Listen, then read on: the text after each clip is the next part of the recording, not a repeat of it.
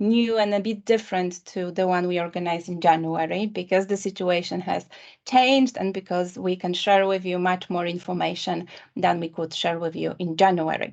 The webinar will focus on what public authorities can do to meet the current very difficult crisis and challenges linked to energy and climate targets, and the current situation that tightened the targets even more. We want to focus on explaining how we, our consortium, which I can introduce in a bit, how we can help public authorities learn more about how to reduce dependence on subsidies where public money is limited because of the scale of the challenge. And I'm also very happy that we have with us a representative of DG Energy, Pierluca Merola, who will be able to update us on what's going on the policy front, so we know exactly what to expect, and public authorities, local and regional authorities know what's happening and what they should prepare themselves to. And later I will tell you a bit about our project and how we can help you meet those challenges. And you will be also able this time to meet our mentors, the institutions, the cities who are willing to share their experience with you, so that you don't have to reinvent the wheel, and you can copy and replicate the projects that have already been tested or implemented and have proven results, or have some very interesting feedback that they can share with you. And we will also tell you about how to join the project, because today we have officially opened the second recruitment, the second time we are collecting applications from mentees for this project. So once again, welcome on behalf of our consortium, welcome on behalf of Prospect Plus, and I would now like to pass on the floor to Pierluca, who will introduce the topic and set the scene, so it's also easier for us to understand why we are here today. And on the practicalities, just to mention that the webinar is being recorded, so you can rewatch it and share it with your colleagues. It will be available on the website, and we will send all the information, including the link to the recording and all the documents and materials, directly to everyone who is registered, but it also will be available on the website. And in case you have any immediate questions, my colleague Pauline is here to help. She's looking at the chat constantly, and she will be answering your questions if they can be answered quickly. And if not, she will let us know, and either we will jump in immediately, or we will collect your questions and then have a proper Q&A session towards the end. A kind request that everyone who has not muted their microphones yet could mute their microphones, so we can only hear the speakers. And let's start. Let's start with DG Grow and setting the scene for today.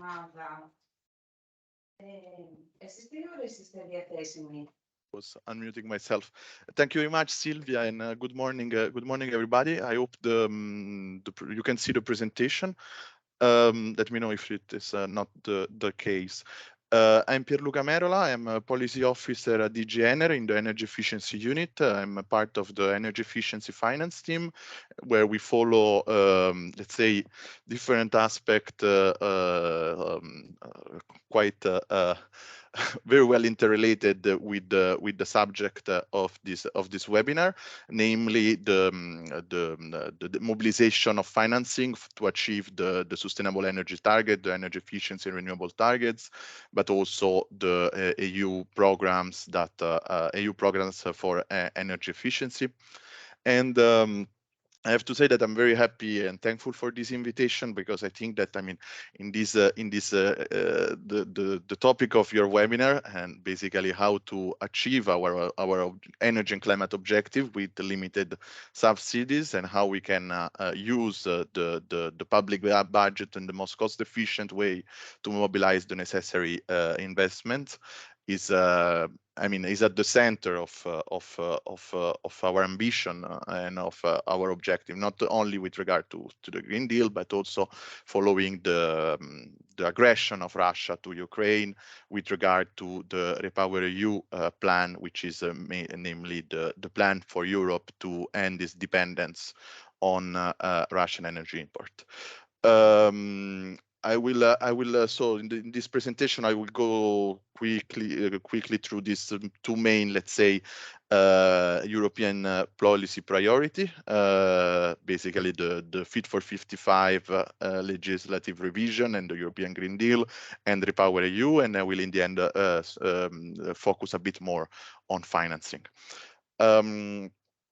Okay, I will start from the legislative revisions. I mean, this is not new, I think, to you, as the different legislative revision of the related to energy. So the Energy Efficiency Directive, the Renewable Energy Directive, and the Energy Performance of Building Directive have been tabled. The first two in July 2021, while the APBD in December 2021, and are now in the interinstitutional negotiations. We have already, for the first two, basically the approach, the one from the Council and from the Parliament, who will be voted next week at the plenary in Strasbourg, while for the APBD we are still at the first reading and the position of the co-legislator is being determined. So I will not repeat the climate target plan, but I have to mention that what underpinned the legislative revision for the ED and the RED and the PBD is the climate target plan. So the European climate law. So the updating of the target to reduce at least 55% of the greenhouse gas emission by 2030. And that then was enshrined in the EU legislative framework with the European climate law, to which the member state, the European Parliament, the Council, they pledged to achieve this minus 55% climate target. In order to achieve this minus 55% climate target, there is in the different sector the need to stimulate actions, to stimulate investment, to increase obligation. As you can see from the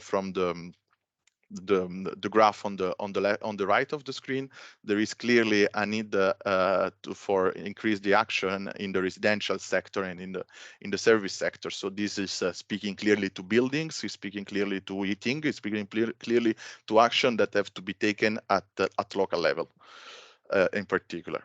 So the Fit-for-55 is a comprehensive package of legislative revision.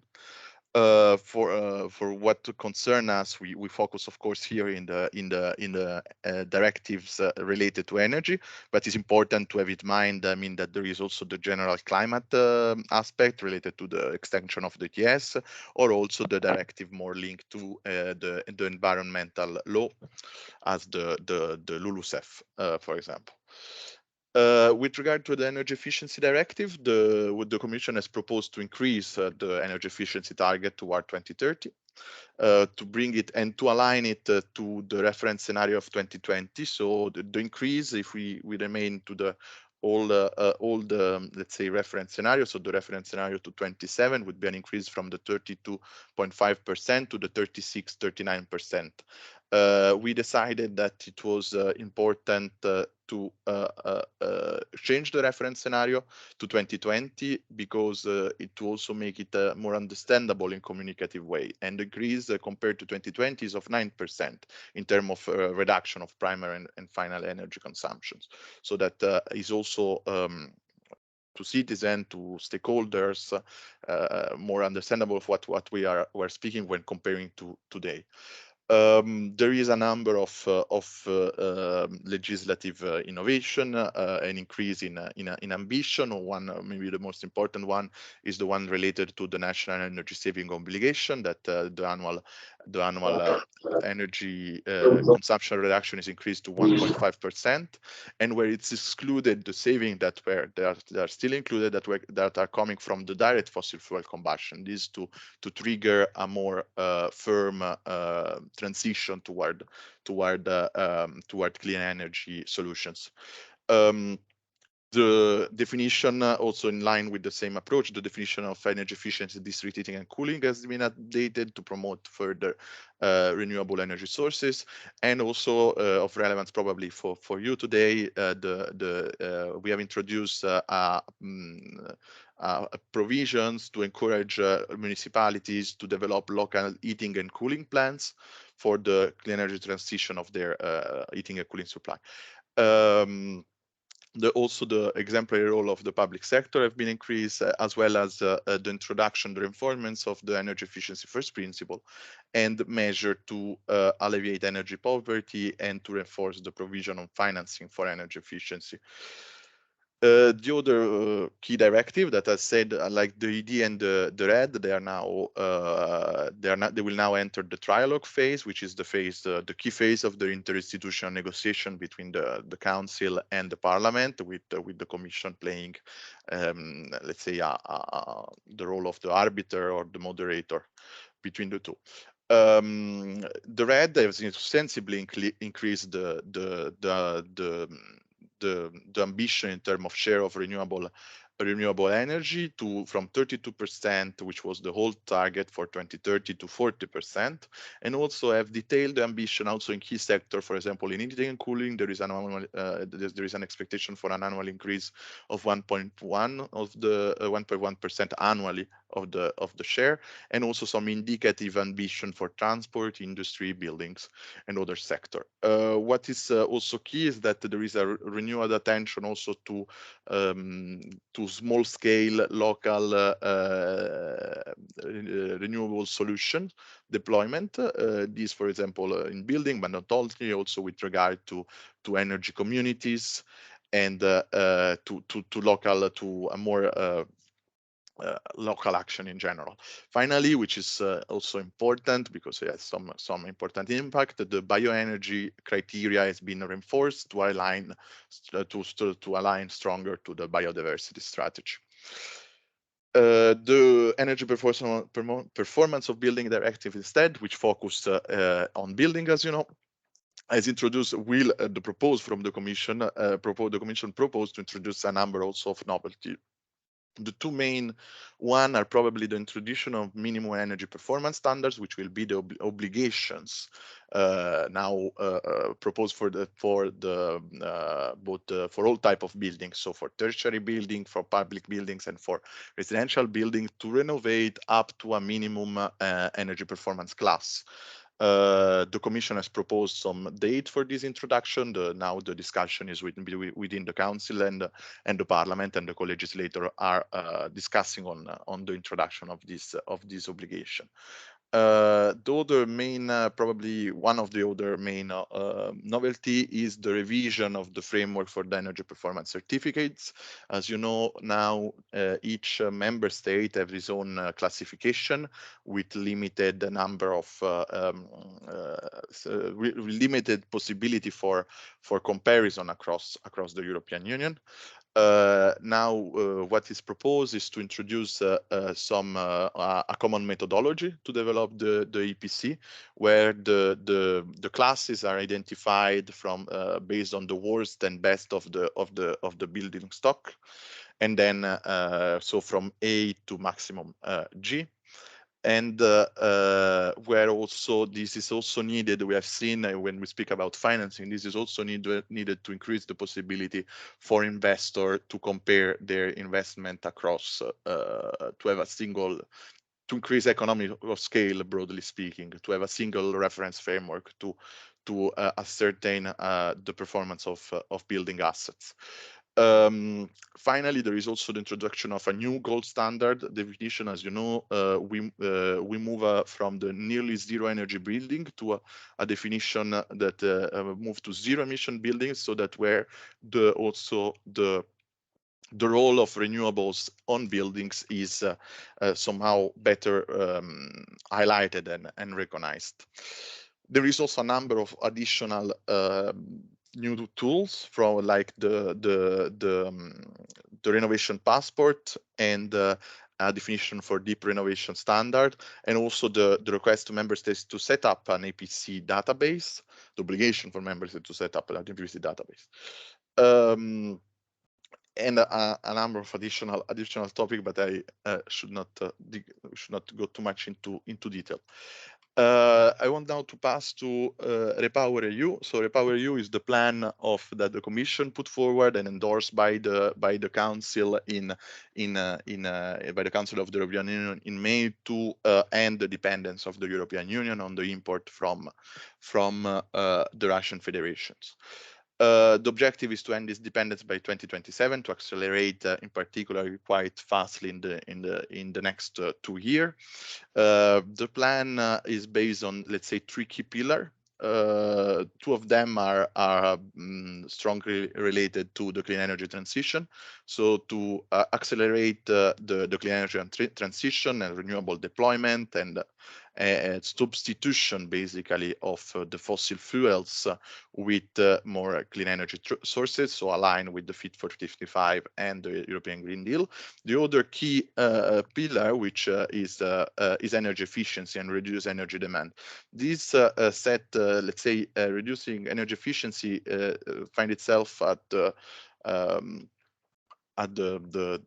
junction between like the clean energy transition ambition and the energy security key point of this plan, which is also key because by reducing, of course, the demand, we reduce the need for imports, so we increase security, we facilitate the deployment of renewable solution, for example, in buildings, but also we ensure that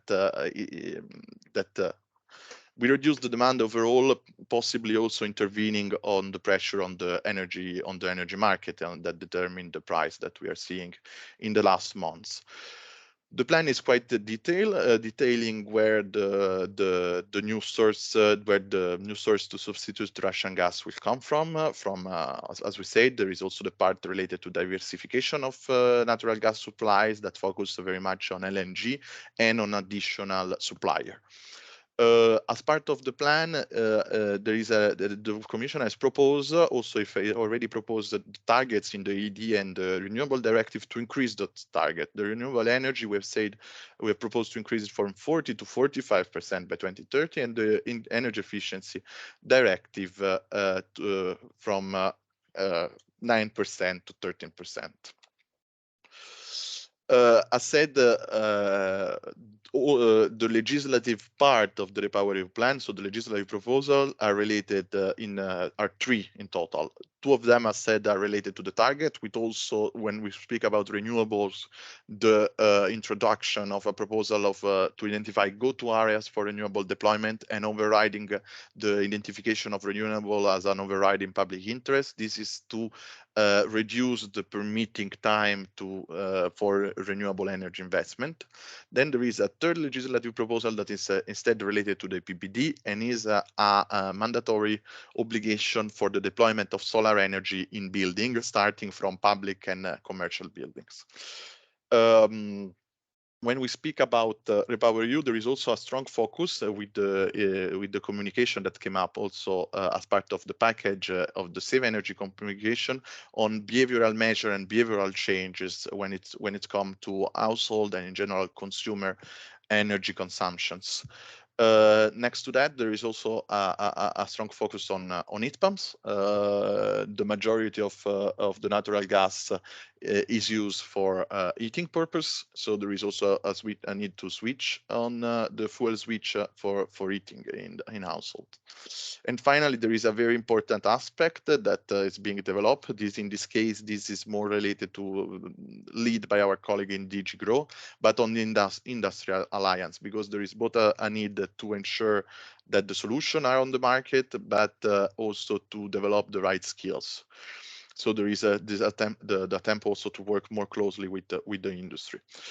And of course, I forgot to mention the solar rooftop initiative, which is another part of the package. I wanted to focus a bit more on the energy saving, on the Save Energy communication, because this lists a number of solutions that, as said, both related to short-term energy saving based mostly not mostly, but mainly on behavioral changes and the change that we can do at home. For example, reducing thermostat to lowering thermostat, but also related to, let's say, more easy small investments.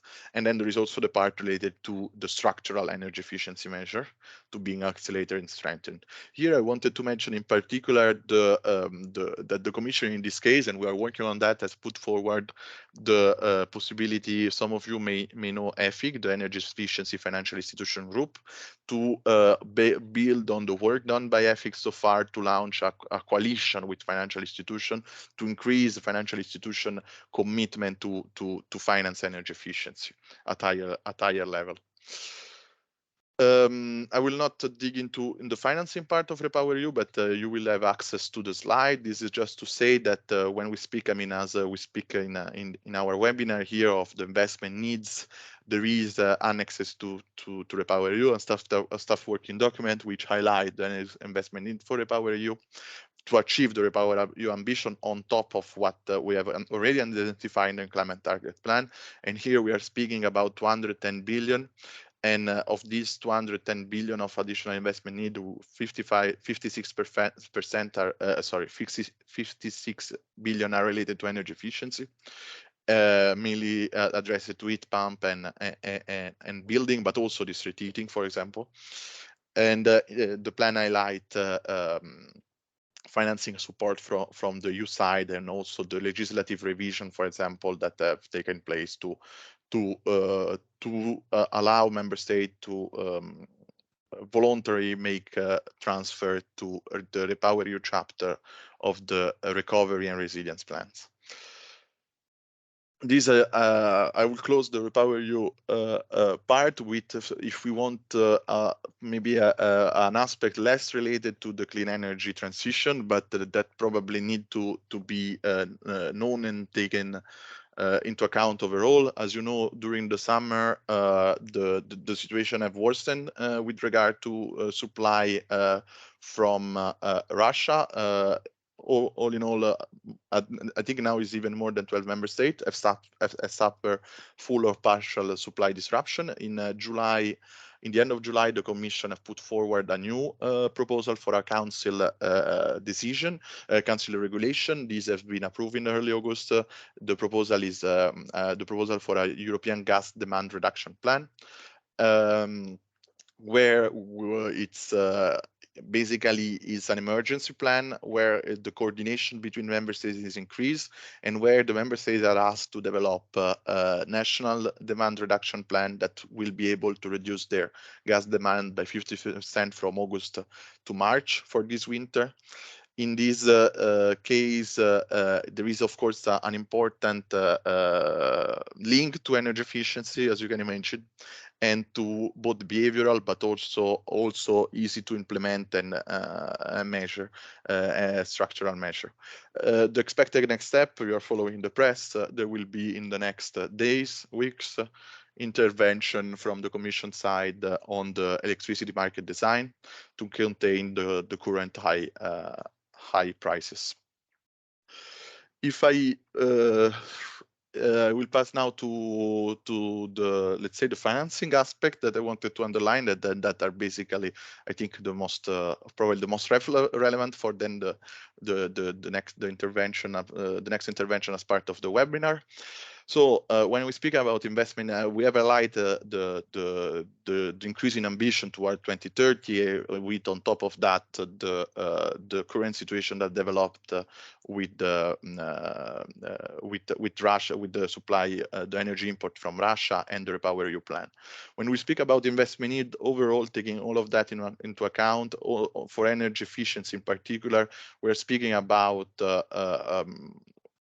1,150 billion by 27 or 27, which when is the end of the current multi-annual financial framework, or 1,400 billion by 2030.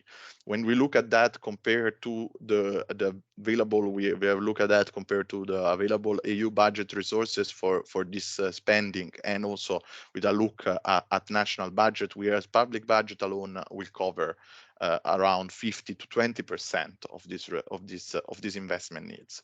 This is clear that this 50 to 10% have to be used on a cost-efficient way to mobilize additional financing and to make use of innovative financing and financial instrument to achieve the total volume of investment that are needed. There is important program at the EU level. Probably the main, the most relevant in terms of direct investment are the Recovery and Resilience Facility, but also the Cohesion Policy Fund. But there is also important program that help local and regional authorities to develop their investment projects, such as the Helen Facility, but also the project development assistance under the Life Clean Energy Transition Program. That is, as you know, that has inherited the Horizon 2020 call for coordination and support actions.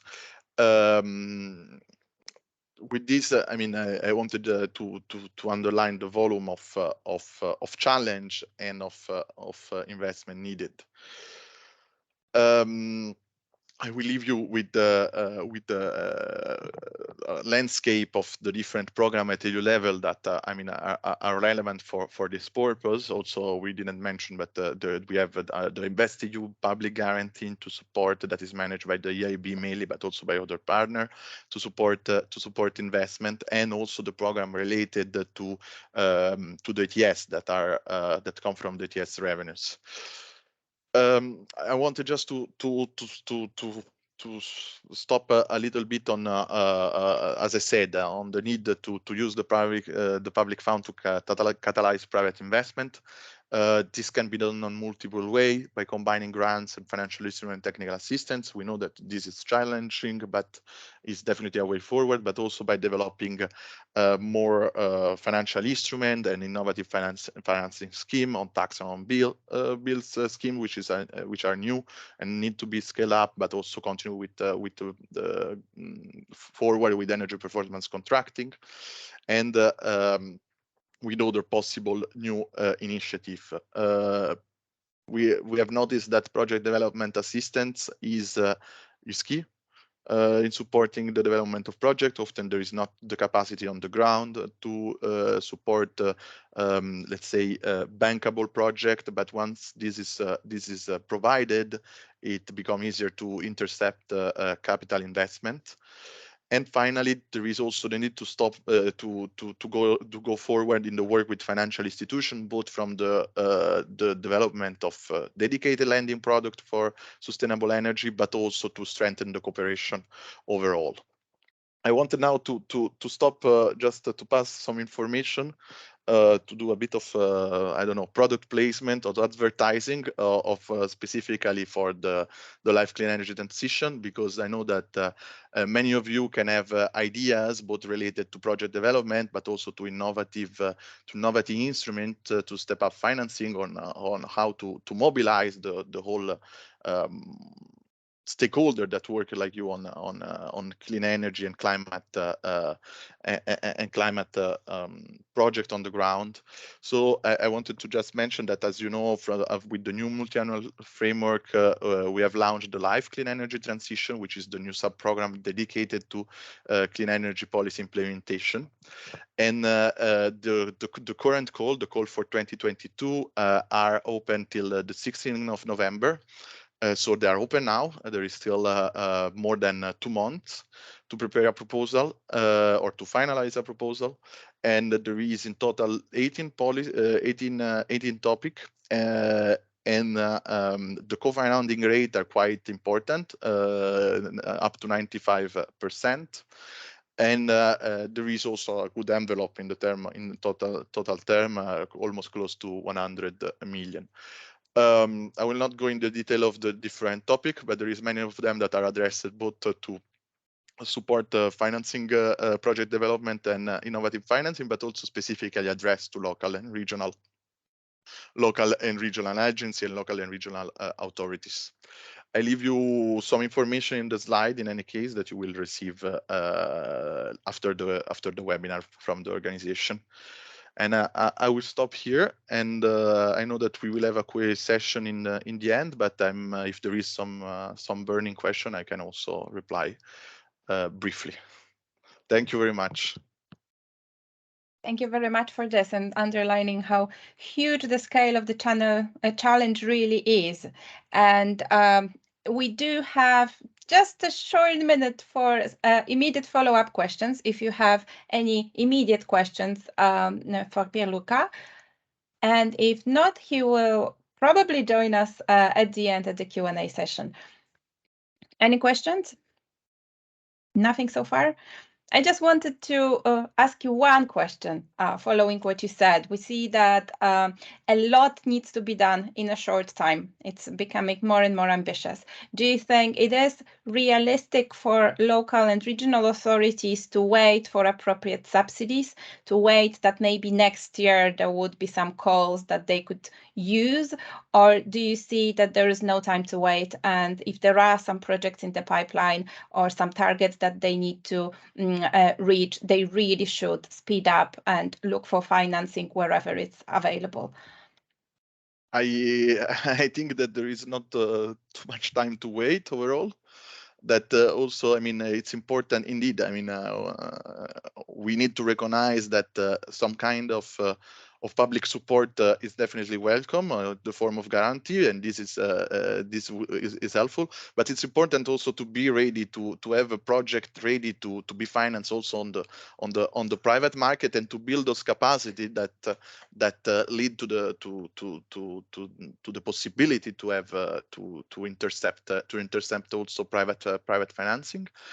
So yes, I mean, the short answer would be that there is no time to wait, and that there is the need on focusing also on developing the necessary capacity. And I think is what we are also doing today. So yes, yeah. thank you very much. So it's a very strong recommendation and motivation for our participants and also their partners to get involved in using innovative financing solutions. And now I will tell you a little bit about how we can help you, how you can either share your experience or learn from those who have experience and begin your journey with those other than subsidies instruments. Let me share my screen. And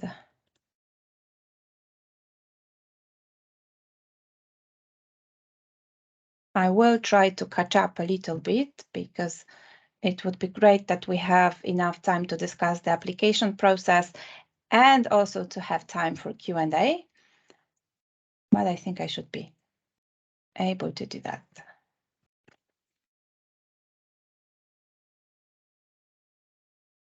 We can see your screen now, Silvia. Perfect. Okay, so this short introduction from my side. As a reminder, my name is Sylwia Słomiak. I work for EuroCities, which is just one of the partners in the consortium behind implementing Project Prospect Plus, which is a continuation of a successful and very interesting first edition, which led us to deciding to continuing it, and Cinea Deneasme kindly agreed to help us help public authorities to do that. Like I mentioned, EuroCities is one of the partners. We have, as you can see here, quite many very experienced organizations that are in charge of various aspects of this project. I will explain what the project is about in a second. So we have knowledge hubs. IECP is leading the project as a project coordinator, but we also have others who are supporting the whole process. Adelphi has developed very interesting tools that will help you learn about the innovative financing instruments. I will mention where to find them because they are already available on our website, and you can use them regardless of whether you decide to join us as a full-fledged mentee and full participant as a mentor or mentee. We also have 3 city networks. So Eurocities is a city network, but we also have Energy Cities, which is a very large and well-known city network as well. And Blandine will later on tell us about the application process and how we match the interest in mentors and mentees. And we also have Federen with us here in charge of making sure that we know what's going on. Diana is here as well. So if you have any additional questions that you could ask in the chat, she, I'm sure, will be able to support Pauline as well. And we also have our internal mentors this time. This is also a change from last edition.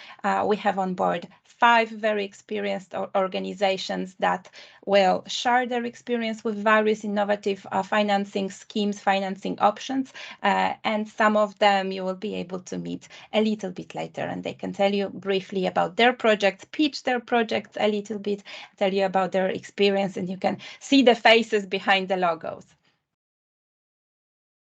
So what is Prospect? Like I mentioned, it's the 2nd edition of a project that we have already completed and evaluated. And it allowed us to reach around 150 public authorities, local or regional authorities, including their agencies, such as municipal energy agencies. They worked within 45 groups, sharing experience, meeting in person during study visits, and these are just a quick mention of the results that the project managed to achieve. This time we are even more ambitious. We want to support at least 200 local and regional authorities across Europe who would work together as mentors and mentees. But we also want to allow at least 100 more to learn from us on a more informal basis through joining a community of practice, which I will also briefly introduce later on. So in case you would not be eligible, or for whatever reason you would not be able to join us as a mentor or a mentee, you can still benefit from the exchanges and the knowledge and the materials and tools we develop. And we really encourage you to join regardless of whether you are a representative of a public authority, public institution, or whether you are, for example, a sectoral expert and you would like to benefit from the feedback we receive from our participants. So what do we focus on when we are promoting innovative financing options? Innovative financing options, this is a phrase we use for other than subsidies, usually instruments. They can be combined with grants, they can be combined with subsidies, like Pierluca mentioned, but most of all, we would like to teach you how to get a little less dependent on subsidies, to wait for calls, especially if you don't know if there will be relevant calls, but really focusing on implementing your energy and climate plans and doing it as soon as possible so that you can reach all the ambitious targets. So we cover projects very broadly within the sustainable energy sphere, a sustainable energy sector, and those projects can cover public investments in public buildings, private buildings, transport, mobility, both public transport but also private transport. For example, if you are thinking about preparing there is a little pause. If you are thinking about preparing an infrastructure for the residents to be able to charge their electric vehicles, then this is also included. And we also have interconnected projects that cover a few of those areas. So we would be very interested to hear from you which are those projects that are very high on your agenda at the moment. Either you have the highest levels of targets for those, or you know that it is most challenging to find financing to implement investments in those sectors, in those projects. Can you spare one minute and give us an overview of what is your priority? It might be a few.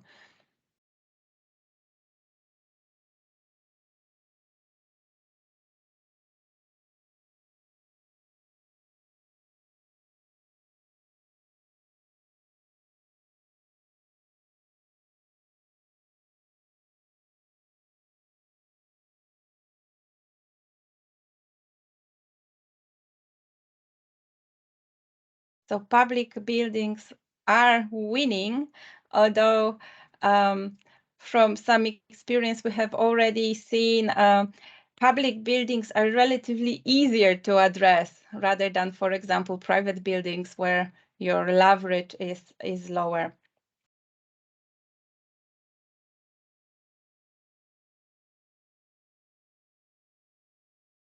Right, so this shows us that you are basically here to learn about all of those initiatives within all of these thematic areas, which is great because this is what we want to offer you. So we want to support, like I mentioned, 300 public authorities, including those who would participate in our mentoring program, and 100 that could join the community of practice. And that means that actually we want to reach 500 individuals working for public authorities. So quite ambitious, and we hope that we will be able to do that through making sure there are 64 groups that work together over 4 years. Just a quick question. Can you hear me well? Because I see that my... Yes, we can Pauline? hear you well, Sylvia. Yes. Great, because I thought my computer might be playing up a bit.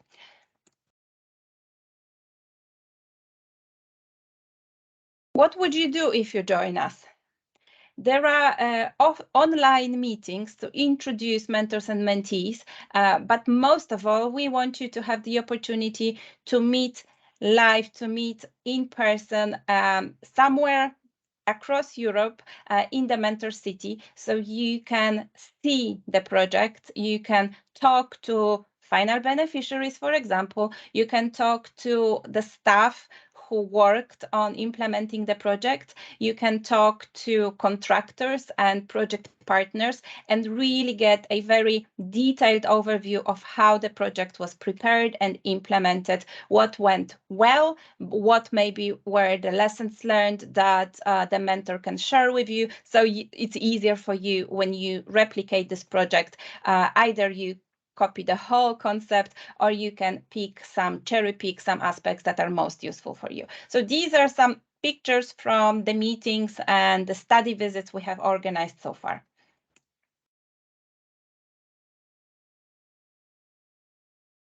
And this is what you can expect in terms of the practicalities. So first, if you join, we organize a webinar to introduce you to the scope of the program, to the scope of the learning. And then there is a online session where you meet each other, you learn about the mentor's experience and what the mentor can offer you to make sure that you know what you will be learning about and that the mentor can, as far as they are able to fit your expectations and address your expectations and needs. There are 2 such online meetings, and then we choose the date of a study visit. The whole process lasts around 4 months, up to 4 months, but it's very much dynamic. It's very much suited to the needs of the participants. So together in your group, you can decide whether you want to close the cooperation quicker or whether you want to spread it out over a longer period of time. So this is not cut in stone. This is something where we are flexible and you can agree with that with your colleagues in the groups. Then we have a moving forward meeting to analyze what was discussed, what we have learned, also what the mentors learned from the mentees, and how we could further use this learning and your feedback to pass this on to decision makers to share it with those who do not participate in the project. And at the end, if you are already working on some project, if your project is in a fairly advanced stage of planning, you also have an opportunity to apply to join 2 master classes, which will be organized in Brussels, and we will invite you to learn more, even more in depth, how you can use this opportunity. So you would learn from your facilitators. Each of this group is either facilitated, coordinated by our internal mentors who we have on our consortium, or there is a facilitator from the consortium who coordinates the work. So you are always supported. The facilitators make sure that you get the experience you submitted in your application when you told us that you would like to join. The facilitator makes sure that the whole process is quite smooth.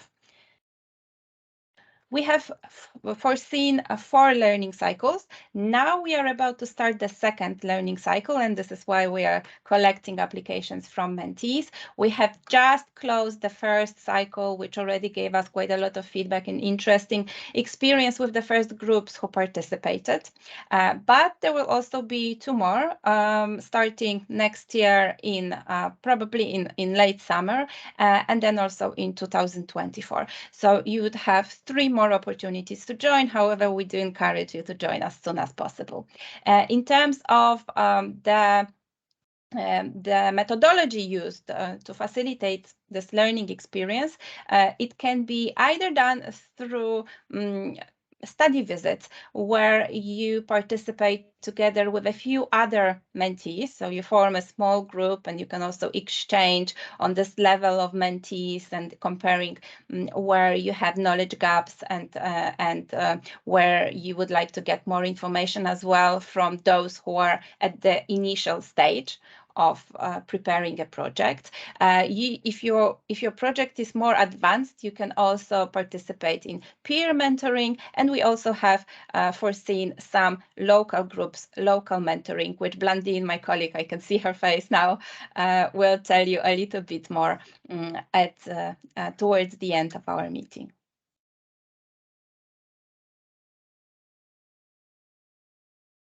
Since January, we have prepared quite a lot of useful materials and resources you can use whether you join us formally or not.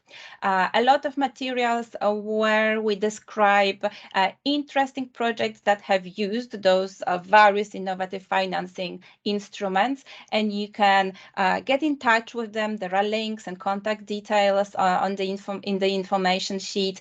You can read about it. You can then you can research it a little bit more.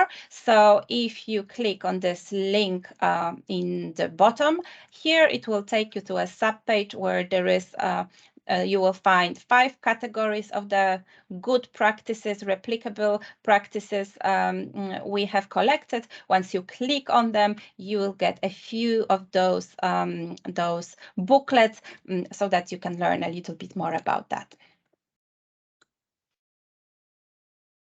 And before I start talking about innovative financing instruments, I want to go back to what I mentioned earlier, the community of practice. We also want to keep you engaged, even if you already finish working with your groups, but also if you, for whatever reason, do not join as mentors or mentees. We will organize closed online meetings for participants of the community of practice. We will also organize large webinars on replication, so sharing the most interesting and promising projects we have discussed throughout the whole, all of the groups that we will be working with.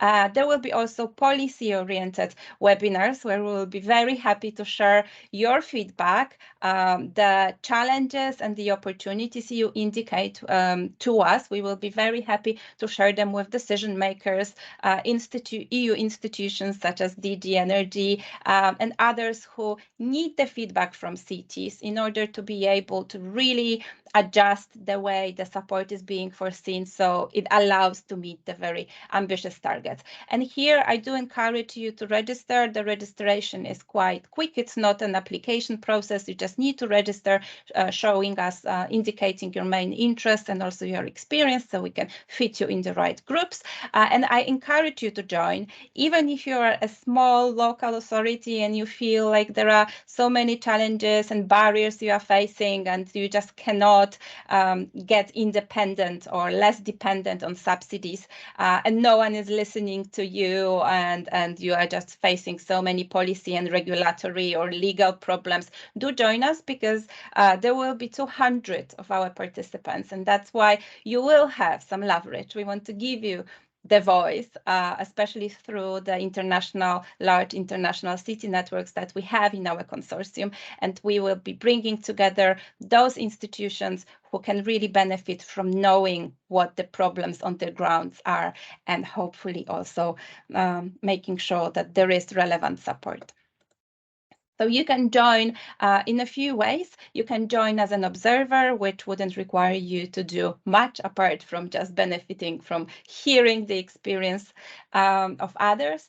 You can join as an expert, so a kind of mentor, if you also have experience that you would like to share, and we can match you with the interest within the community of practice we create. And also you can be an active member. That's mostly for public authorities, so you can participate in those closed meetings, smaller group meetings, where you can exchange your experiences, whether you do have experience with innovative financing instruments or not, but you want to discuss the barriers and differences between the local context across Europe, which also is something that is important to be taken into account.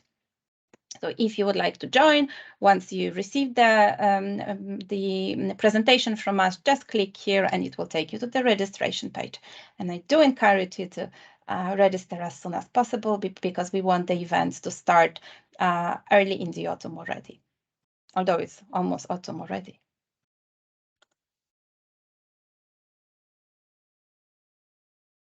And now quickly about the innovative financing instrument for public authorities, which we cover.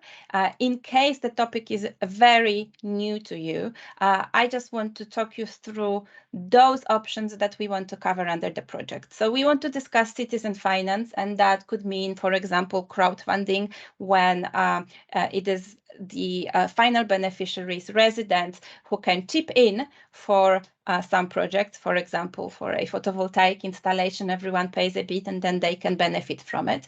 Those also mean energy communities and cooperatives. Of course, there are some differences across member states, so it's very interesting to compare it. Also important to understand the differences and understanding a little bit what the situation is in your country. We will be covering energy performance contracting as well. We already cover energy performance contracting, in short EPC, which some of you might know as ESCO projects, working with an ESCO, so working with an energy saving company. The benefit of it is that the public authority does not need to mobilize their own budget, does not need to find subsidies. You don't need any capital up front. You need to find a private partner who will bring the money, and not only will they bring the money, they will guarantee the results, and you will pay only if the results are achieved. And then we also talk about internal contracting, green bonds, guarantee funds, and soft loans. So those are a pool of money you can assign to projects related to energy and climate action, as well as revolving funds and third-party financing. So, for example, cooperation with investment banks and taking loans from banks. A quick question, which you already can see on the screen: which of these sound most promising? Which of these have you been already considering for your future projects? Or if it's not something that you've been thinking very seriously about yet, are there any of these that you are really interested in pursuing?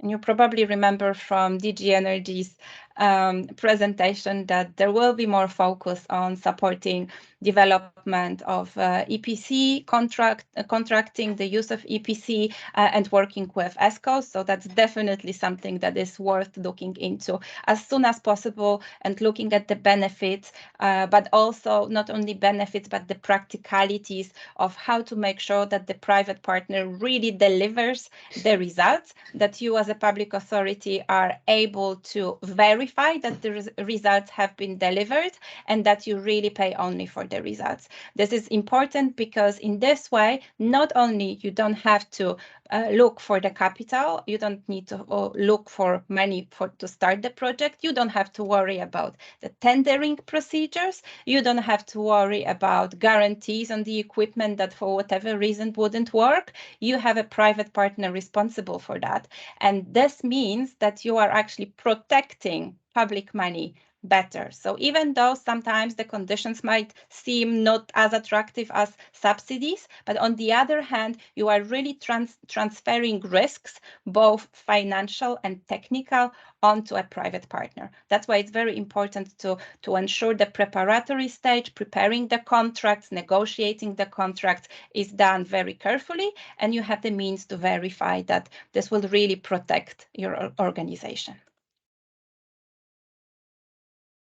As we don't have much time to discuss this further today, I do invite you to have a look at excellent materials that Adelphi has already prepared, and they are already available on the website.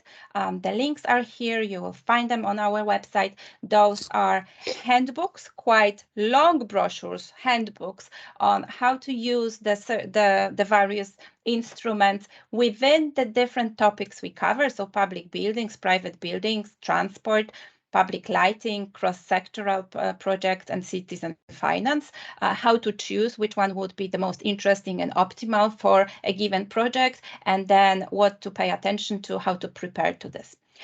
This is just a screenshot of a few pages of those handbooks to give you an idea of what information you get, information about the pros and cons, the advantages, disadvantages of a given instrument in a given context, how to choose one, and what it really is. I do invite you to have a look at it. And for those of you who will apply to join as mentees, I do strongly encourage you to have a look before you choose the topic you would like to learn about, so that you make sure that, for example, it's also suitable for projects in your country. Here you have even more materials and tools you can use. Also already available on our website, you can use this template for calculating financial, for calculating financial indicators when you are preparing a project. It's a quite complex but user-friendly Excel sheet with a lot of instruction that you can download and use. And in case you have any problems with the financial terms used across our materials, there is a user-friendly as well glossary. Here you have the link to it. So have a look, make sure you understand what these are, and that might also help you prepare the application and choose the right scheme. So now let's meet our mentors who will be working with the mentees in the second learning cycle. I can see that more and more faces are already there, and I can see more cameras turned on. Very happy to see all of you. The way we prepared this session is to have kind of pitches from our mentors who can explain very briefly their experience, the topic that they will be covering in this next learning cycle with an example of a project they have implemented. As discussed before, I will be grateful if you can be very brief. But at the same time, if we do have more time during Q&A, it would be great if we also can elaborate on this a little bit more. So meet our mentors for this new cycle. We have 7 excellent mentors, as you can see. Some of them are on our core team, and some of them are external, because each time for each learning cycle, we also invite external organizations, public authorities, energy agencies from across Europe who want to share their experience. So we have SEMO, we have Energy Lab, we have well, we actually don't have Inolid today from Valladolid, but they have excellent experience that you can learn from nevertheless. ESV is not, unfortunately, here with us, I think, although maybe they are. Also very experienced in working with ESCOs. And we also have new mentors just recently selected. We have the Click Energy Cooperative. We have City of Albertville, unfortunately not with us today, and the Regional Energy and Environment Agency. I cannot pronounce that, but I see that Rogerio is here, so he will be able to mention as well how we can pronounce their organization. Shall we start with SEMO, with short information on what the mentees can expect, who you are, what was the aim and scope of the project that we'll be using as the main learning topic, what financing instrument did you choose, why did you choose that financing instrument for that particular investment, and what results did you achieve? Shall we start with SEMO? Yes. Good morning, everyone. My name is Teresa. So I am from SEMO. SEMO is an abbreviation. It's Association of Local Energy Managers in the Czech Republic. And we have at the moment 24 members, both local and regional governments. And the project that I will be showing or mentoring on in Prospect Plus program is on revolving fund that was established in the city of Litoměřice. And the revolving fund, the idea when it came about was actually to have some additional money available to prepare good quality projects. So from all the projects that's been already implemented in sustainable energy and transport, the net savings were actually transferred to a fund, and they were used both to prepare project documentations and different, energy audits, but also to motivate staff. So you have a kind of twofold motivation aspect in it as well. And the results achieved in, I had a look what happened over 5 years. So the net savings were in the range between 30 to 50,000 euros annually. And if you want to know more, you can apply. You have to 1 minute for the 1 minute more. That's fine. I'm probably quicker than needed to be. So I'll donate. Some of my colleagues can use this time to present the projects. And why? Just one question, just one quick follow-up. And why did you choose this financing instrument? What was the main reason that you chose this and not something else? Well, we chose this one because it's an easy one. It's an instrument you can just set up internally. You don't need any kind of help from outside. It's only you discuss with your colleagues in the local or regional government.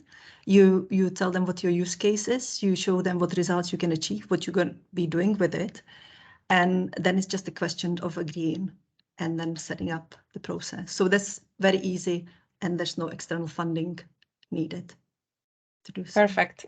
I guess that sounds convincing. If it's easy and no external funding is needed.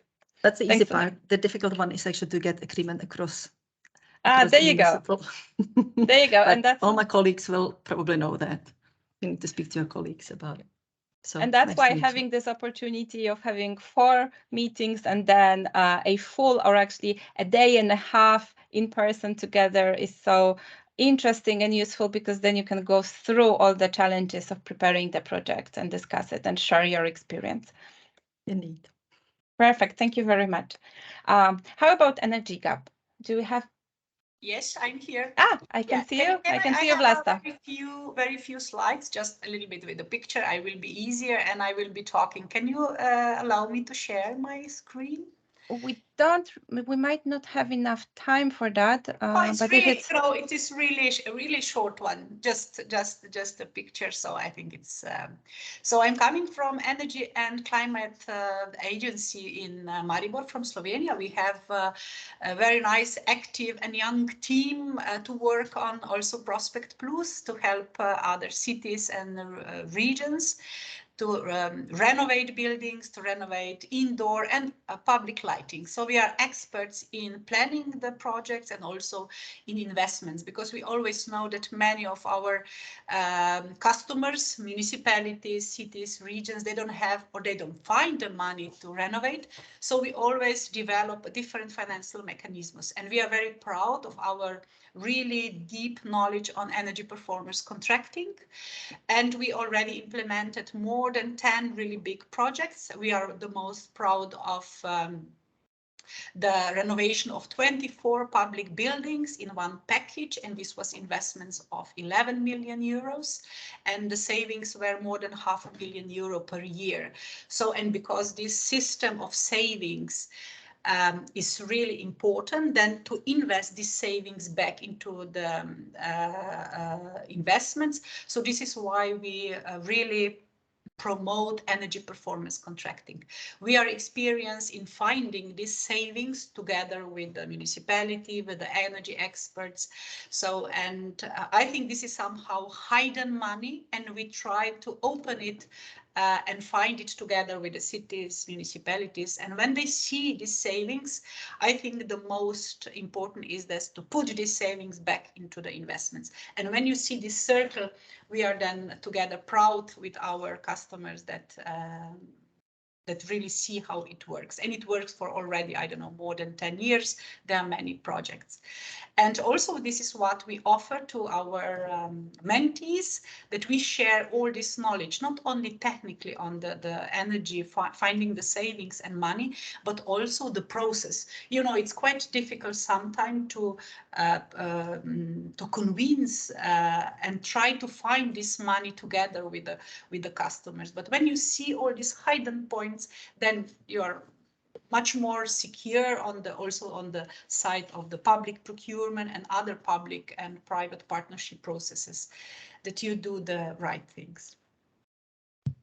Great. And when you say showing and sharing and seeing the hidden points, that's exactly why it's useful to go through the booklets. It's useful to read about how to implement a project, but you can only learn about the practicalities and what to pay attention to, how to avoid any problems from people who have already done it, and they already know that in reality you can expect some things that maybe you will not read about in official papers. Yes, sometimes there are many times when we come for the first time to some municipality and say, yeah, we will try to find some savings. They said, no, we don't have a savings. We tried everything. We looked at every point. And I said, so this is why we are experts for energy and monitoring and financing. And together with you, we will go step by step, and you will, by your own eyes, see where the savings are. But this is not only the issue of the finding. I think then also later on, it's good to know how to monitor this saving and how to find and have these savings on the long term. Yeah, it is also easy when you see, but it's really difficult when you don't have someone just to pick you on a specific topic. So this is why I really, we are very happy at the ENERGAP to share our knowledge to across the Europe and also within the Prospect Plus. I think we tried to collect all these points and hidden hints that you can really benefit a lot. You will see. Thanks, Vlasta. So now you can see, I'm sure there will be a lot of mentees hoping to to get into your group, and also because of the energy you're sharing. How about the Click Energy Cooperative? Yes, hello. My name is Sanela. And I'm a cooperative manager of Click Energy Cooperative in Križevci, Croatia. So Click is an acronym of Križevci Laboratory of Innovation in Climate, a cooperative of citizens who are primarily committed to create the resilient future of our local community. So in short, we are helping the city and also the citizens on the energy transition mission. So the project that I will showcase you on the Prosper Plus is Križevci Solar Roof. It was implemented in Križevci with Green Energy Cooperative, where I also worked before. The aim of the project was to show that citizens can invest in public energy projects, but also they can have a return on investment, so that this kind of investment isn't just for the big guys. So the city is willing to include citizens, and citizens are willing to invest in public projects. We choose a crowd lending model for this. So citizens made loans to cooperative that invested in the power plant and is now repaying the loans to the citizens with interest. And the cooperatives also renting the power plants to public library and entrepreneurship center. And the entrepreneurship center and public library are paying to the cooperative in the amount of energy savings. So we believe that such a model would generate the most trust among the stakeholders, and as a result, interest in investing, because we were afraid that citizens wouldn't be willing to invest in a cooperative. So this was they have a contract and everything is clear, so they are, I would say, sure in their investment. What we achieved with this project is 2 solar power plants that were installed on public buildings, around 50,000 euros that have been raised from citizens in 12 days through 2 campaigns. Cooperative and the city have received positive publicity, new partnerships, but also new projects. The city of Križevci is recognized as a leader in energy transition, not only in Croatia, but also on a European level. And also Click as Citizens Cooperative was established to continue this pathway. So it's not just about the money, it's also a social benefit and also further development. We are now developing a model for citizens' investment in a much bigger power plant, 5 megawatts of power plant. So I hope we could also showcase you this project when it will be done. So I'm also very glad to be a part of the Prospect Plus, and I hope we will have a great time. Thank you very much, Sanela. She's the newest addition to our mentors family, so it's really nice to have you here. 12 days to collect the money. I guess you would never get a grant. I guess you would never get a grant or a subsidy in such a short time. Yeah. Perfect. Thanks a lot. Rogerio, can you tell us how to pronounce your organization? Hi, good morning. Portuguese, first of all, Portuguese is not an easy word. It's not an easy pronunciation, not even for Portuguese natives. So you were quite okay. The correct spelling and correct pronunciation would be Oeste Sustentável, but Oeste sustentável in 2 words, it's quite enough, and it's the regional, basically it's the regional energy agency for environment for 12 municipalities in the Oeste region in Portugal, which is fairly 50 kilometers north from Lisbon and more or less 150 down from Porto in the coast. So Portugal is more or less like a rectangle, so it's hard to say where the west is, but this basically represents the most western coast of Portugal. So my name is Rogerio Ivan. Ivan would be more easy to pronunciate, and I'm the executive director of this agency that has been established 12 years ago. So, and ever since its establishment, one of the main challenges was to tackle what were the street lighting and public lighting energy costs. And because the region is so vast, it's a vast territory, we have nearly 150,000 streetlight points. So the challenge was to begin with something, and because no financial scheme were applicable at the time, we had some public funds from European programs more or less 10 years ago that were being managed by the regional authorities in Portugal. But those funds wouldn't be enough to implement and to refurbish all the territory and all the streetlight points. So we decided upon an ESCO scheme, an EPC contract scheme, and this was mainly because there was some legislation prepared in Portugal for that we could use. The legislation was actually more focused on buildings, but because we were the first intermunicipal project, so an agreement and association between 12 different municipalities, 12 different decisions, we had to adapt basically all the process of contracting and to submit it to the Court of Auditors in order to approve this public expenditure using these mechanisms. So basically, we were pioneering in doing this, and the implementation of the project was from in one side very positive because enabled a replication for some other regions in Portugal.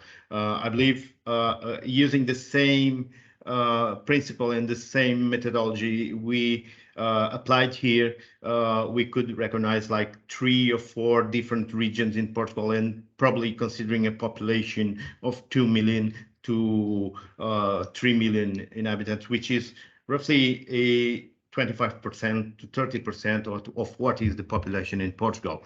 So regarding the project itself, we were able, through this mechanism, to implement like nearly 70,000 streetlight points to replace them with LED technology. And therefore, with this project, had an investment like 12.5 million, which would be very difficult to make it possible with public funds. Also, we would have to consider like an international tendering and all the time and process consuming that it costs for staff as well, and a project that enable a public savings in energy costs like nearly 4 million at the contracting dating time. If we consider today's energy tariffs, probably we would reach 9 million in energy savings.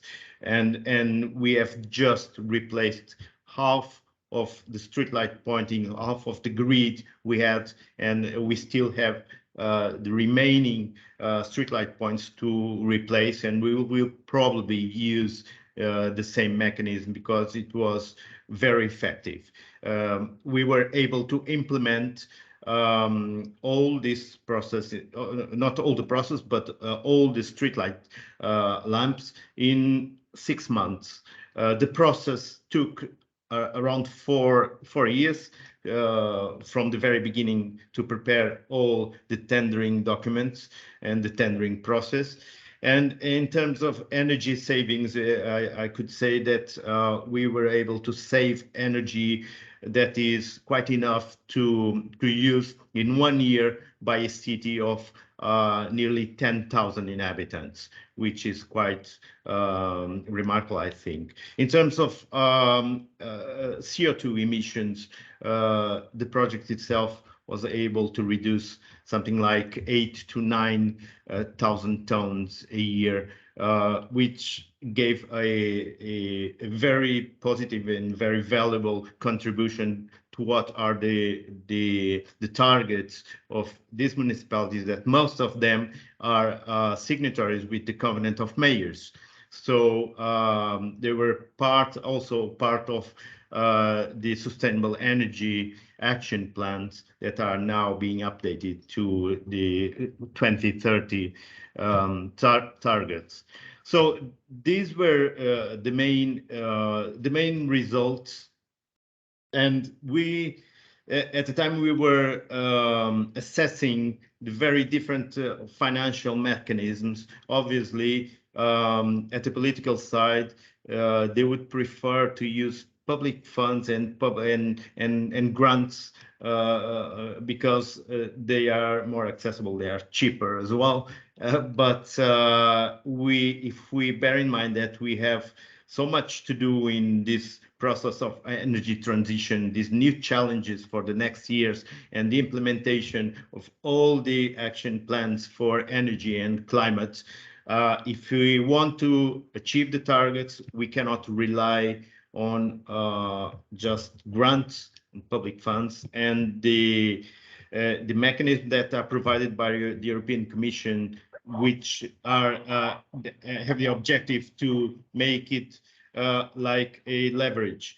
If we want to implement, we are fully aware that we have to get this private funding and third-party funding, and all the other instruments like crowdfunding. What's very impressive,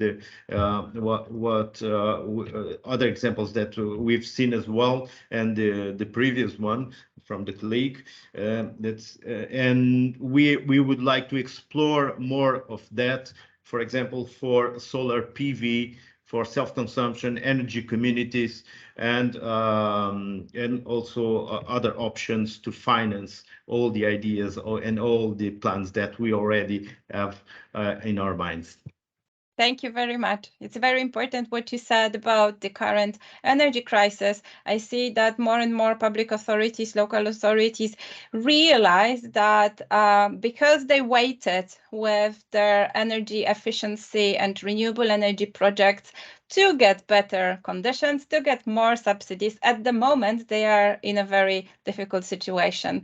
And those who have already invested, they already see the benefits, and they can sleep a little bit better at night nowadays. So it indicates that really there is too much risk, especially at the moment, to wait for only subsidies where there are so many different options available and so many institutions across Europe that you can learn from and copy and ask what worked, what didn't work. Before I pass on the virtual floor to my colleague Blandine, just maybe one quick follow-up question, but just one minute each. If I could ask Sanela and Vlasta, could you maybe very quickly comment on what were the main difficulties and what were the main lessons learned that you got from using this particular instrument, just very briefly? Vlasta, do you want to go first? Yeah, maybe. Yeah, thank you very much. So I will say that it is the most difficult was to collect good energy and financial data. So this is quite time consuming, and it's really, we have to take care. And we have to take care a lot of this legal and other issue depending on the country. But lessons learned, I would say, never give up. Because it's always at the start, it looks like a big mess. There is nowhere anything you need. But when you go step by step, then on the end, you see that it was worth to trying. So I think this is the most important. Just don't give up at the first side when you see that there is a mess with the data, with the legislation. It always looks messier on the start. But when you go together, I think this is lesson learned.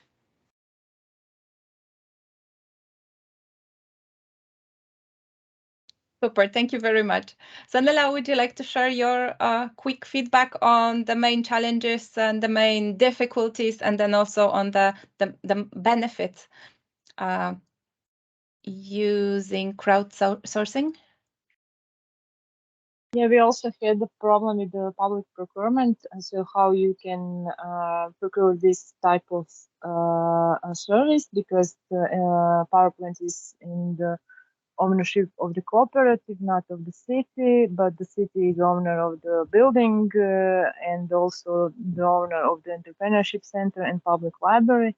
We had some issues there, and so they also paid the campaign, and then it was the question why they paid for the private company campaign, because the private company collected money. So I think that this is also questions why any other city didn't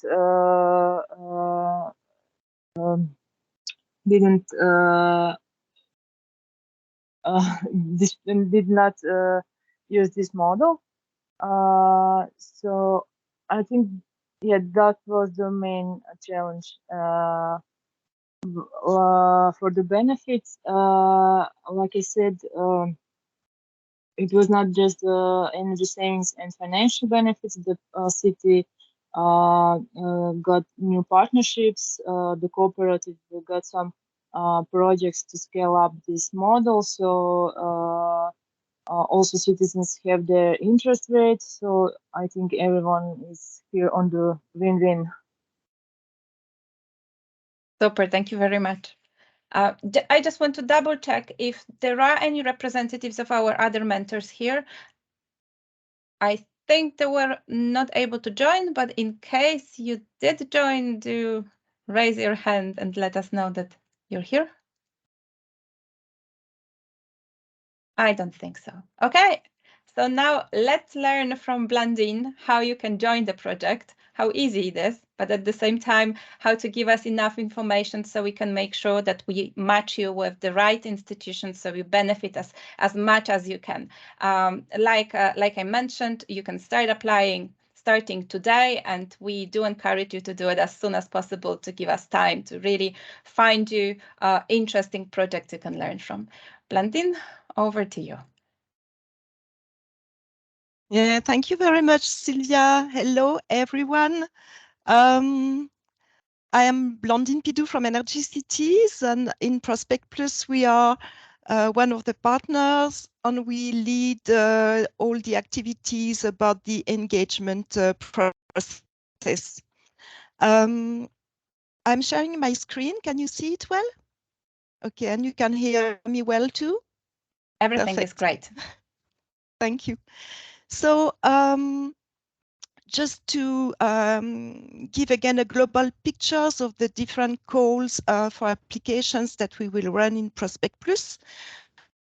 There will be a total of 4 learning cycles. The first one is already almost finished. We are going to start the second learning cycle in November this year. And there will be two other learning cycles in 2023 and 2024. So just to tell you that in case you are not ready to join now, or if you want to take your time, or even if you want to apply to different learning cycles, it's also possible, and you will have these other opportunities in the future. For this second learning cycle, so the mentors were already recruited in June, July. And as you know, we are opening today the call for applications for mentees, and it will be accessible online until the end of the month of September. I would like also to inform you here about, for this learning cycle, we will have also special calls open for mentees who would like to join local groups in Czech Republic and in Bosnia and Herzegovina. These calls will open in 1 week, around mid-September. And as it was already, as Sylvia described it before, this is another type of methodology that we have in Prospect Plus. Local groups are meant for participants who maybe couldn't join a more European group because of language barriers, for instance. And in these local groups, so you have all the participants, all the mentees in the same country with one mentor that can be in the same country or from another one. And the advantage is that people can work together in their own local language. For these local groups, the mentors are already identified. It will be in Czech Republic SEMO that you met before. And the topic will be on energy communities. And in Bosnia and Herzegovina, the mentor will be ENERGAP that you met also. And the topic will be on energy performance contracting. Who can apply? So our capacity building program is open to local authorities or regional authorities in Europe. The participants themselves, they have to be either staff members of regional or local authorities or energy and climate agencies, or it can be also staff members of other local agencies, depending on the public authority. And also some external consultants are eligible to apply. One very important thing that is highlighted in the orange box here is that you have to be aware that all applicants are asked to provide a letter of support from the organization they will represent. So you cannot submit the application form if you don't join a letter of support together with your application form. A template letter is available, so you just have to copy paste it, make it signed by an elected representative, and then attach it to the application form. It's quite easy. We have 44 eligible countries to our program, so it's EU 27 and the United Kingdom, and 16 other associated countries to Horizon 2020. So quite open. How to apply? So everything, all information and resources for the application process is available on the project website.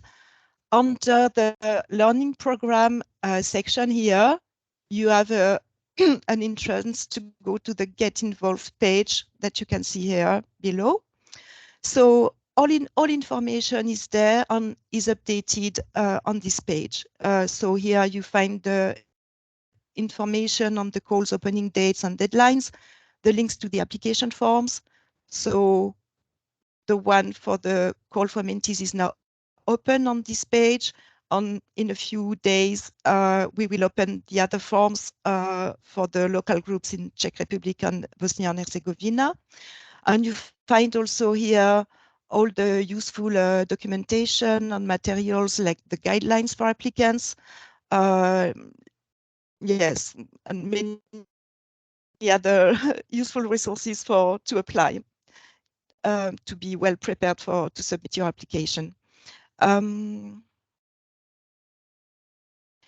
When you will be in the application form, so it's a form on EU survey that you can put in pause and then you can come back to it. You can also download a PDF of the form so that you take time maybe to also look at it with other colleagues in other departments. And really, you can take your time to prepare it. How you will be able to choose one of the learning schemes and one of our mentors. Here it's a screenshot of the application form. So we listed all the possible combination of thematic areas and financing schemes that are open for mentoring in this second learning cycle, and you can see which mentor you can possibly be matched with if you apply to this group, let's say. We ask mentees to choose a maximum of 2 options. So your first choice, the one you would prefer according to your local projects, and a second choice. You can only choose one, But of course, if you indicate 2, it will be easier for us then for the project team to match you with a possible mentor. Once you've ticked 2 boxes in this list, some further questions will open, and there we will ask you to describe further either the project you have related to this financing scheme on thematic area, or whether your learning needs. And here, really, we ask you again to really take care of describing the best possible what you plan to do or what you started to do, what are your ongoing projects, because the more information we have, and then the easiest it is for us to make sure we match you with the right, with the best mentor for you.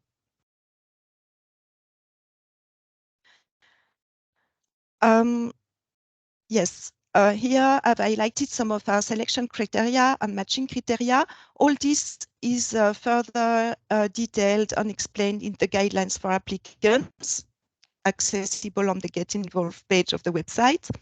So how will we select applications? So it's a work done by the Prospectus team.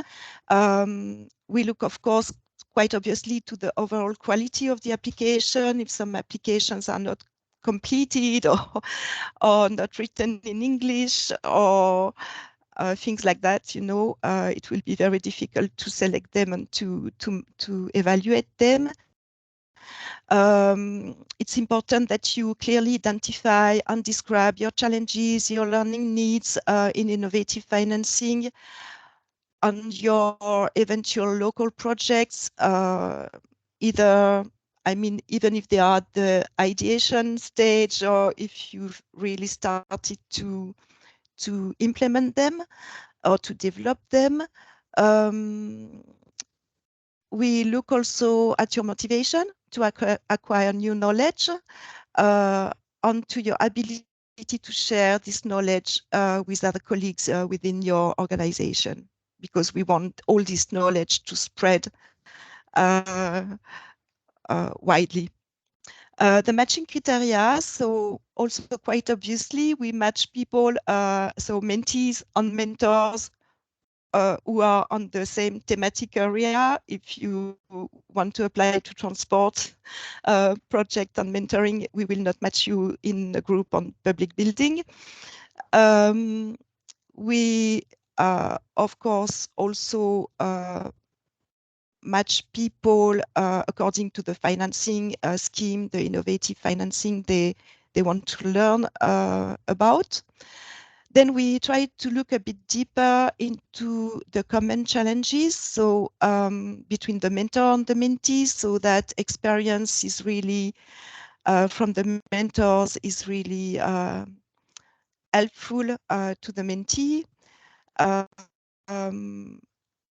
We try to consider also the type of organization. If you come from an energy agency, maybe we will rather match you with an energy agency, or if you come from a municipality, then we will match you with another municipality, so that also you have a more common context to exchange about. We take care also, of course, of the population size whenever possible. All that depends also on the number of applications we receive. And also, if possible, as much as possible, we try to take care about having a gender balanced group. So that's it for me. Again, you can find all this information in the material published on the Get Involved page, and you can always contact us should you need any further clarification on your application. Thank you. Thank you very much, Blandine. I can already see one question regarding the letter of support in case of energy agencies and not public authorities. Could you elaborate on that? Could you just mention what type of letter of support is needed to confirm that it's basically just... Exactly. Yes. So in this case, the letter of support can be signed by the director of the agency. Thank you. It Because is, the idea... it is mentioned on the top of the letter of support. Yeah. So we have a template. It's more or less the same, whether you ask your mayor to sign it or whether you ask your CEO to sign it, CEO or director to sign it. The main objective for us is to make sure that the organization itself can benefit from this learning experience. Although we understand that there is a lot of added value also on the individual level, it's really our ambition to make sure that the organization has the additional skills and that you are also able to share what you learn with your colleagues, so that the future projects the organization will be implementing can be a bit less dependent on the most well-known calls, subsidies, for example. Right, thank you very much, Blandine. Are there any questions to Blandine at the moment as regards the application process? Pauline, can we put on this short survey, short poll, just to check how many of you, because we have so many people, different people in the room today, representing many different organizations, public authorities, but also consultants and think tanks and NGOs. So we are curious how many of you are considering to apply in this current application process. Will be very useful for us if you can click the final clicking stage.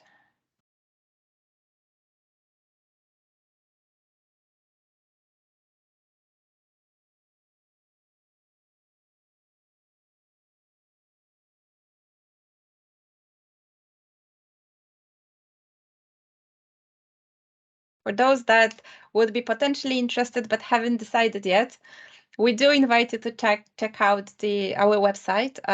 You already have the links in the chat, but also you'll get the materials maybe still today or tomorrow. Do check the application form, because it's not scary. It's not very difficult to fill in. It doesn't take a long time, especially if you really understand your city's, your organization's needs and plans in terms of sustainable energy investments. It shouldn't take you too much time to apply. So don't be discouraged by the 3 weeks that we foresee for collecting applications. Maybe a further comment from my side, because I can see there is in the poll there is a question about applying as a mentor. So for the moment, the call for mentor for LC2, Learning Cycle 2, was closed. But of course, we will recruit again new mentors for the next learning cycle. So you can always apply to become a Prospect Plus mentor.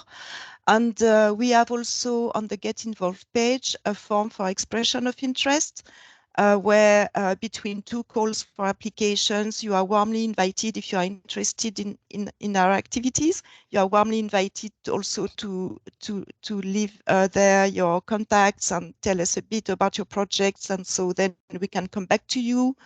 You will be personally informed when new calls open. Yes, so I encourage all of you to also to share this info within your networks. So if you miss the deadlines for whatever reasons, you can still fill in a shorter form, expression of interest, and then we will know what will be the interest. We can prepare better, and we will directly let you know then whenever there is a new opportunity to join. You will also find it on the same website, where we list all the information about how to join. Good, thank you very much. I don't see any more questions in the chat, so we still have a little bit of time, as we planned, for questions and answers to everyone who's here today, who has presented.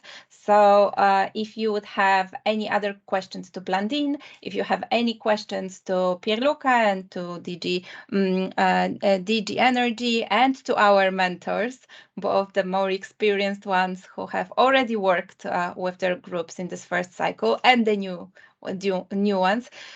Please write your messages in your questions in the chat, but also please go ahead to raise your virtual hand, and Pauline will make sure that you can show yourself and ask the question in a traditional way. And it would be great if you do. It will be great to hear from you.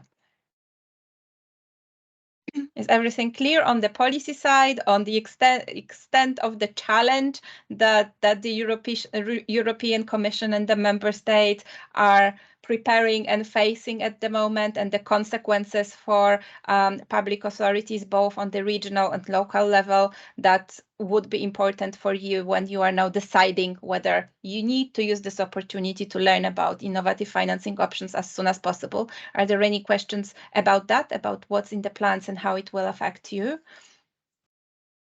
Sylvia, I monitored a few questions earlier during your presentation, so maybe we can go through them. There were actually two different questions from Sarah. So she was asking, within your thematic areas, are the finance investments solely about mitigation? It seems much harder to get finance for adaptation. Will this be future focus? Blandine, would you like to take that? Because it relates to the selection criteria and eligibility. I don't know if I'm the best place to answer about that. I think that I would say that learning about some adaptation projects on financing maybe can fit into the cross-sectoral, but I mean, it's not excluded. But for the moment, I would say we don't have any mentor currently proposing mentoring on adaptation solutions. So, but I think that if any mentor would apply for that with a good project on how to finance some adaptation measures, it totally can fit the program. So yeah, and remember if you know any potential good mentor on that, you can send them all this information and invite them to apply. And when it regards mitigation versus adaptation, or mitigation and adaptation, remember that we are focusing on the very broad topic of sustainable energy. And obviously there are very different, many different types of investments, of projects that are linked to sustainable energy. Often it would be improving energy efficiency. And of course, we know that, especially now, we can see that improving energy efficiency is not the environmental and climate related benefit or need, but it's also very much about the security and also financial, reducing the financial risks of the changing situation. So remember about that. When it comes to energy efficiency, you can also, for example, think about green roofs as a way of thermo insulating buildings. And on the other hand, this also has the additional benefit of water retention, of improving biodiversity. So in this sense, if there are some investments related to both such investment and energy adaptation, then yes, that would be eligible. So do think very broadly about what we cover. It has to be focused on sustainable energy, obviously, but when you also look at the handbooks that we have available on the website, you can go through them quickly. You can look at the projects that we have included in the database. Have a look for inspiration, what kind of measures they introduced and tested. I hope that answers your question. Thank you very much. Actually, there is another question in the chat from Sarah, and it's nice to see that they are interested for our webinars. She was asking if by any chance we would be doing some webinars on the different funding mechanism before they potentially join as a mentor or the mentee. So I don't know if it's in the plan.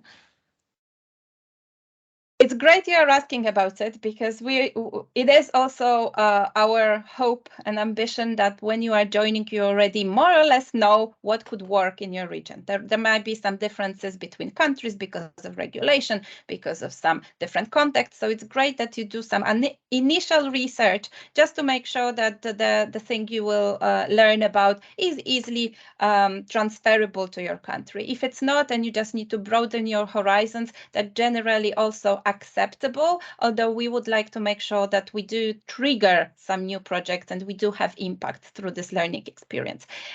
If you are asking about learning about this innovative financing options, then we have the information on the website. There is a recording of a webinar done by our colleagues from Adelphi, who I think are here as well, where Caroline talked in more detail about the different options, so you can get an overview. We will probably share, or we have already shared, another such session she has recorded, so I do encourage you to have a look at that. If you are asking about funding, because there is a difference between financing and funding, let's remember that. Funding usually refers to those public funds, and financing usually refers to non-public funds and attracting investors, etc., or finding some other way of mobilizing resources. If you are referring to the funding, we are not focusing on that, but we can consider it during some of the events of the community of practice we are planning. So to discuss the differences, let's say the advantages and disadvantages, and how this could be also combined. But as a principle, we want to promote other than subsidies options. So when there are not enough or not sufficient subsidies, you are still able to kickstart your projects, finding money elsewhere. Thank you, Sylvia. I have two other questions in the chat for you. So Piotr was asking, just to be sure, is there any cost for local government when an employee will take part in project as a mentee? In principle, the whole experience is free of charge. You don't have to pay anything. We also cover the cost of study visits up to 500 euros, which means that depending where you would travel, depending how quickly you book your flight, it might cover all of the costs, minus some food expenses or local transport like buses, but generally most of the cost. It might happen that if you have to travel very far and the rates are very, very high, you have to stay an extra night, etc., it might mean that you would have to contribute something. But we are able to cover 500 euros, and for some it's enough, for some you need to have a backup. And it might be, sometimes we have seen that our mentees preferred to pay by themselves. Sometimes it would be their organizations that would cover the cost and that can then get reimbursed. So here we can be quite flexible, but yes, you would be expected when you are invited to join as a mentee, you would be expected to stay and participate in all of the online meetings, not many, just 4 online meetings, and the whole study visit, which lasts a day and a half. So in case you would not be able to do that, don't block the spot for others who could benefit. Thank you, Sylvia. Sarah is also thanking you for your great replies. Further questions? So Vera is asking, will the staff of the municipality involved in the program for mentee, or only the applicant will be called and financed?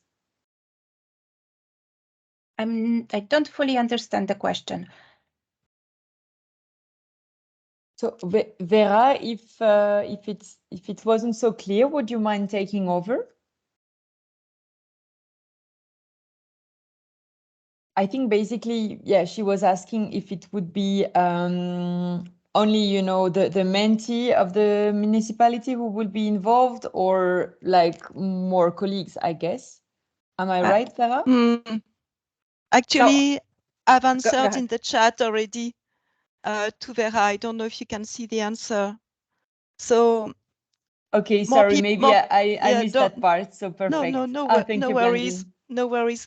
So actually, in all online meetings, of course, we encourage more people to attend so that the exchanges are richer and there are more, knowledge exchange and so on.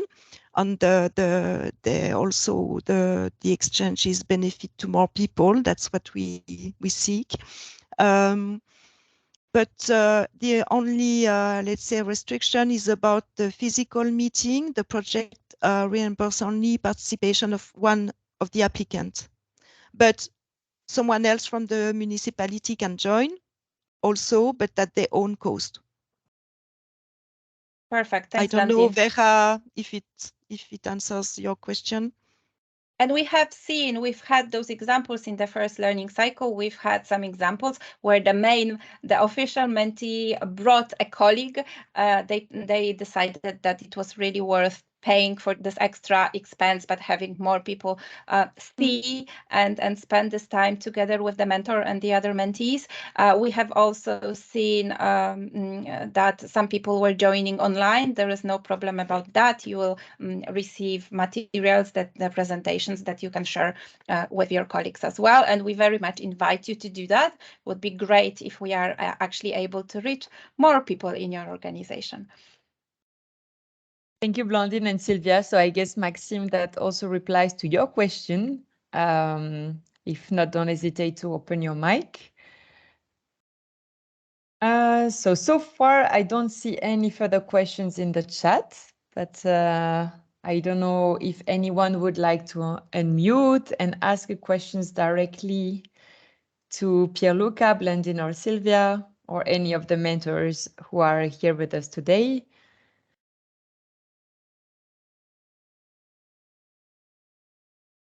Contact us through the website. There is a contact us section on the website in case you have any questions. We will send you all the materials from this webinar to the email address you provided during registration, so you can also get back to us with some additional questions.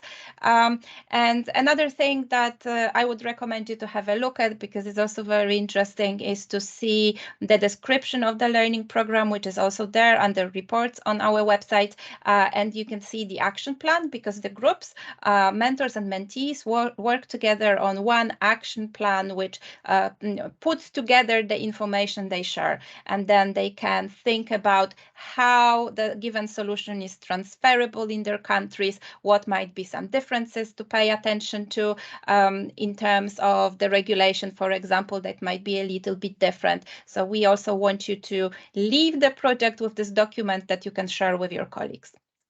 And just final thing, once you do join and you do get very interested in the topic, we will also invite you to apply to become innovative financing ambassadors. And that means that with a little bit of our support, you can invite a few external contacts in your countries, public organizations in your countries, and to share what you have learned through a series of meetings or one meeting involving a few participants, and then we will promote you as a committed innovative financing ambassador. And those of you who are able to suggest the most interesting format and attract most partners in your countries could also join an additional study visit, a second study visit of your choice, as a kind of both benefit and additional support to let you understand the topic in more detail. Right, thank you very much. If there aren't any more questions, or maybe some additional closing remarks from my colleagues who have presented today, anything anyone else would like to mention? Good, so we managed to finish exactly on time, which is quite rare with me moderating. Thanks a lot, and I look forward to seeing all of you either online or hopefully live as well. Thank you very much. Thank you. Bye. Thank you. Goodbye. Thank you. Bye-bye. Bye-bye. Thank you.